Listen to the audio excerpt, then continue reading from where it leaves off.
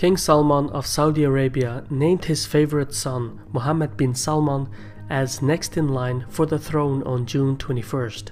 In addition to the promotion, the king also removed all titles from the former crown prince Mohammed bin Nayef. The reorganization is nothing less than groundbreaking. Typically, Saudi Arabia has been ruled by kings in their 70s or 80s. But in his 30s, bin Salman will be the youngest ruler in the history of the kingdom and thereby preside over the political, economic and social reforms in the country. My name is Shirvan and welcome to Caspian Report. Check out our fundraising page on patreon.com/Caspian Report for ways to help support our channel. In a sequence of decrees, King Salman shook up the line of succession. In addition to elevating his son, the king also amended Article 5 of the Statute of Ruling, which stipulates that from now on, only the sons and grandsons of Ibn Saud can be kings and crown princes, meaning Saudi Arabia's distinct monarchy, which is based on agnatic seniority, is adopting the traditional principles of inheritance. This was a much needed change as the Saudi kingdom was bound to shift from the older generation of rulers to a new generation. However, the recent changes were not spontaneous. They had been set in motion 2 years earlier when King Salman reshuffled the royal court and appointed his son, Mohammed bin Salman, as the deputy crown prince. But instead of outright naming his son as his successor, the king gradually introduced and elevated bin Salman to the power brokers within the Saudi dynasty. As such, bin Salman was quickly showered with official titles which he still holds, thus earning him the nickname Mr. Everything. Amongst his most important tasks, he oversees Saudi Aramco, the Vision 2030 reforms, and he leads the Saudi war in Yemen. Over the last 2 years, bin Salman has steadily gained the approval from the prominent members of the House of Saud. Yet, regardless of bin Salman's swift promotions, King Salman could not directly replace Mohammed bin Nayef since he was well connected within the royal family and the US intelligence community. In fact, bin Nayef was known for his fierce crackdowns of jihadist groups after the September 11 attacks. During his campaign against Al-Qaeda, he survived 4 assassination attempts, one of which left him injured. In recent years, bin Nayef also served as the head of the Ministry of Interior. In other words, replacing him was not so straightforward.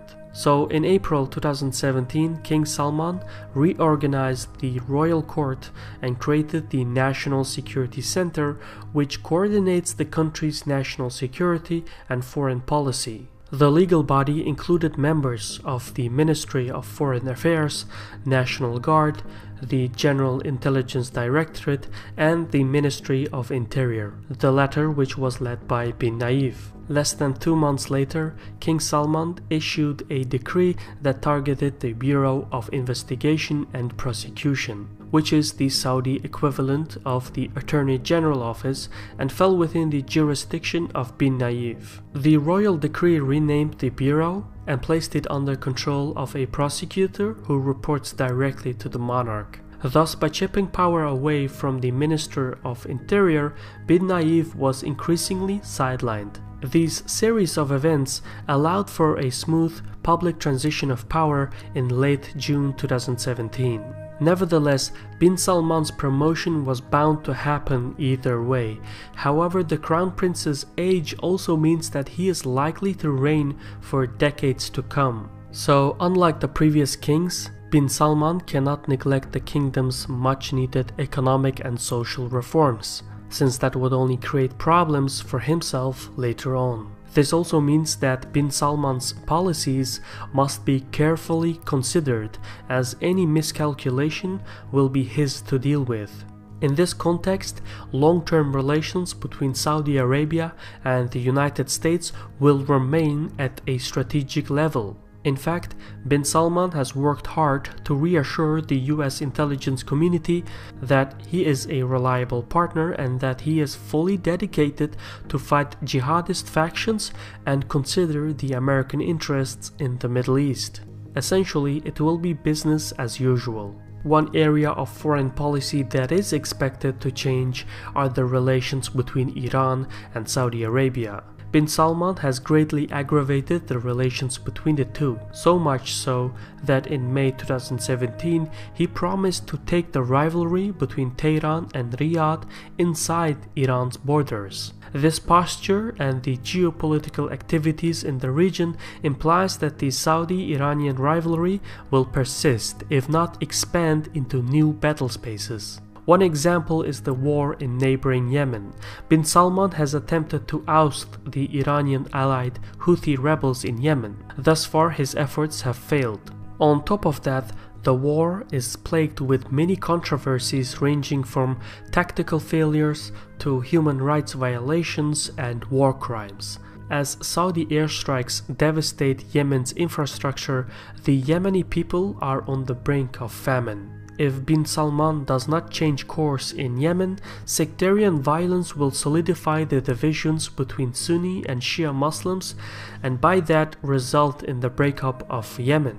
Such an event would increase the risk of blowback into Saudi Arabia's sectarian divisions. Once again, we need to reinstate that bin Salman cannot kick the bucket to the next ruler. Anything that goes wrong will come back to haunt him. But besides foreign policy, the Crown Prince is also known for his plans to reform the Saudi economy. In the initiative known as the Saudi Vision 2030, bin Salman seeks to reduce Riyadh's reliance on hydrocarbon energy revenues.